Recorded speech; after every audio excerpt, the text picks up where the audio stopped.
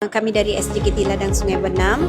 Sepanjang lawatan kami ke SW Corp ni, saya dapat melihatlah macam mana sisa dan sampah yang kita buang diproses, dimanfaatkan dari segi lain. Dan sebagai guru sains, saya rasa saya dapat banyak pengetahuan yang lebih dalam lah. Sebelum ni saya mengajar murid hanya tengok dari Google ke dari buku ke macam tu je. Tapi hari ni saya dapat melihat secara realiti apa yang berlaku, macam mana sampah tu diproses, dan sampah yang diproses tu dijadikan sebagai gas dan dijadikan sebagai tenaga elektrik yang dapat menyelamatkan alam sekitar lah.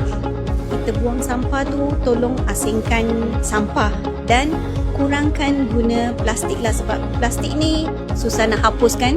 Daripada taklimat tadi dia kata dia ambil dalam 500 tahun untuk lupus. So saya rasa semua orang lah ada tanggungjawab untuk jaga alam sekitar ni, dan kita perlu kurangkan sampah dan kitar semula sampah tersebut.